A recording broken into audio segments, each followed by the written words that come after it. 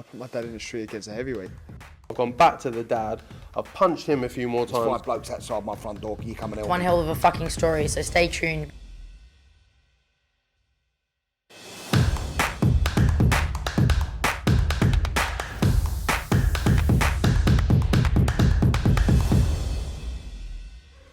This is Omar Ahmed for IFL TV, proudly sponsored by Everlast. We're at the BT Studios to announce, I can't believe I'm actually saying it, JOYCE v Parker. I'm joined by Adam Morallee.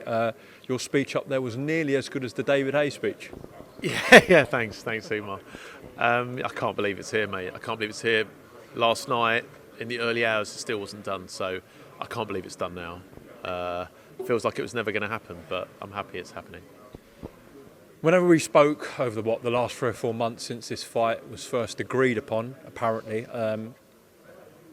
no, sorry, Oscar was in there saying have I done Carl Frampton yet?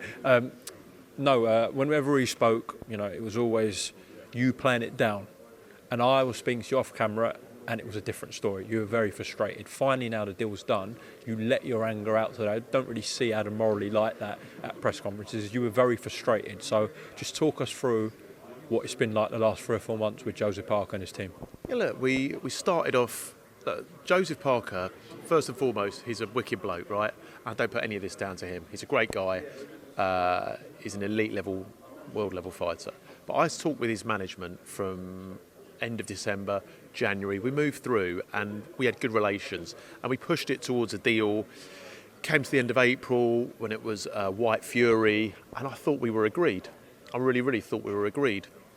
And from that moment, for 6 weeks, every time I thought we'd agreed something, they asked for something extra.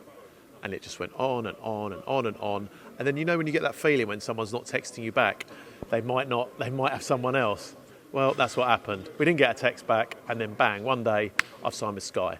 I thought, that was annoying, right? So I told Joe, the big issue about that was we'd moved it once already because of Andy Lee's baby. So we moved it once to September 24th, which is why we had the Manchester Arena already booked. And then we said, okay, let's take an interim fight. So we took Christian Hammer as an interim fight. The only reason we took Christian Hammer as an interim fight was for Joseph Parker.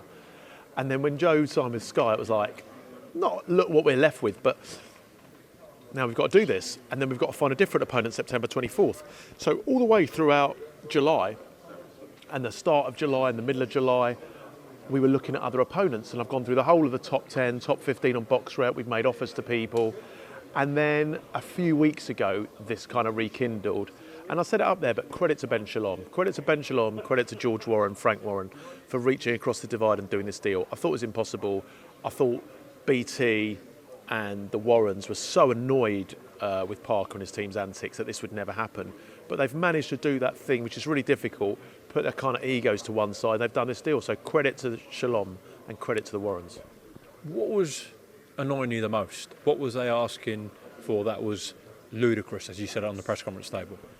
Literally everything. When you think one thing is done, then the next thing happens. I'm not even talking about the money. I think the money was kind of done early. But then when you have two promoters that come in, they both want, certain rights at the show. I understand that. But I think one of the complications of the first deal, not that it's my business to some extent, but was that it wasn't just a one-fight deal with Parker. There were other fights. And so one of the issues was, when's Joe Parker going to fight again? One of the issues on this is, if there's a rematch, when does that rematch take place? And then you start looking at different things. You say, it becomes this big hypothetical negotiation. Well, what happens if Joe Joyce gets injured? And how many months should we have down here? And what if so-and-so... And it's like you could just go on forever and ever. And each time we thought we'd made a deal, they came up with something extra. And last night they came up with something extra again, which I won't talk about. So last night this wasn't done? No, it wasn't done last night. People were still asking for more. And I think it's because of the environment in which it was produced. It was produced out of what Warrens and BT saw as, someone, it's too heavy a word, but like an act of betrayal. They thought they had a deal with Joseph Parker and it wasn't done. So that coloured the whole negotiations, which is again why it's so unbelievable it got made. Even with what happened there, that Ben Shalom and Frank got together, and like credit to them. I hope we can make many, many more fights like this. All the parties involved just playing a massive soap opera, so that when we got to this point, it sold more. I don't know. It definitely felt like that. I wish it was like that. But there were people. I mean, I was talking. I've just been abroad. George Warren, Ben Shalom, George Warren, Ben Shalom, George Warren, Ben Shalom. I mean, I don't think it was a big soap opera. Maybe I've been played the whole time. Maybe. Well, you must be the happiest man in this room. Your stress levels are going to go immensely down from this point onwards. Now we've got the deal done, the signatures are all crossed on the papers. So yeah, September 24th, a brilliant fight on BT Sport box office. We also know there is a rematch clause, but it's one way. If Joseph Parker wins, it goes on Sky box office. If your guy Joe Joyce wins, you're going in for that world title shot next, Adam. Yeah, absolutely. I mean, that is something that any promoter worth their salt would insist upon. When you've worked so hard to get a number one spot, when you fight someone else for that number one spot, you want a rematch. And it shows effectively the bargaining strength of the parties there that Joe Joyce got the rematch. That's what matters. He's saying the only two people that have called him in the last 3 months have been George Warren and Ben Shalom. Are we talking about the rematch then? Yeah, No, but just the stress he's had over the last 3 months. Yeah, no. I mean, I was late to the party, and even that was stressful. It's a late night last night. But no, it's good to get it done, isn't it, Adam? Yeah. And it's good because I think maybe it needed just a different approach, and everyone trying to get the deal done. Yeah, I was just saying to Uma, I'm actually a bit amazed it got done because it was happening in an environment. It wasn't like you and Frank were starting from the beginning and Joe Parker had been your fight for ages. You were effectively Joe Parker's new boyfriend, and you came to the table with his ex. So it made it more difficult. It had that needle from the beginning. What an analogy. You saw how it started. He was. What was he saying? Ben Shalom's first rodeo on Twitter or whatever. But no, it was good because it made us see eye to eye and it got the conversation going. Because all we wanted to do was make the fight, to be honest. And Joseph Parker just wanted it on the right terms for him as well. Yeah, I mean, listen, it's on BT. If there's a rematch, a big if, there won't be, but if there's a rematch, There shouldn't be a rematch if you're that confident, shouldn't there? it'll be on Sky. No, but I was just saying to Umar, it's what you expect to get if you're a good promoter.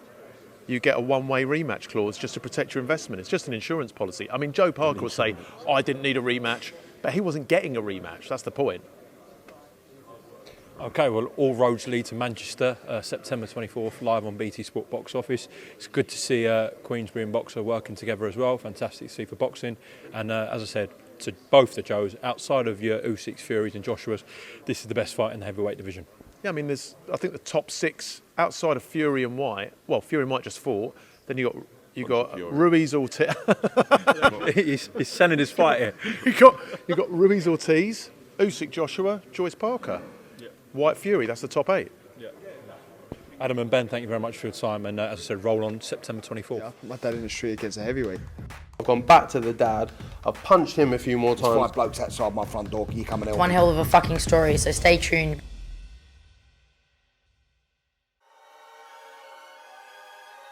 Welcome, Team Everlast, to the Team Everlast Fitness app.